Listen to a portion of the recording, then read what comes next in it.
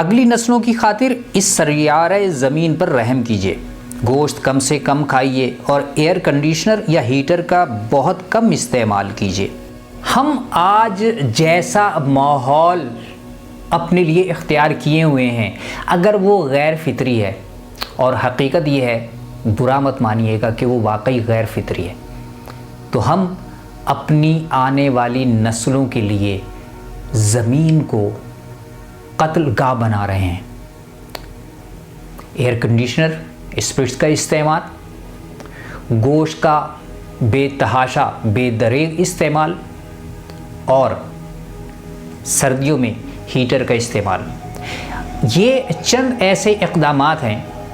جو اس سیارۂ زمین کی صحت کو شدید ترین متاثر کرنے کا ذریعہ ہیں۔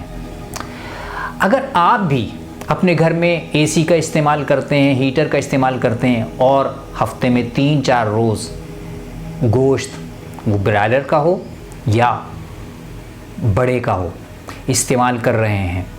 تو آپ گویا کہ آنے والی اپنی اگلی نسلوں کے لیے جینے کا سامان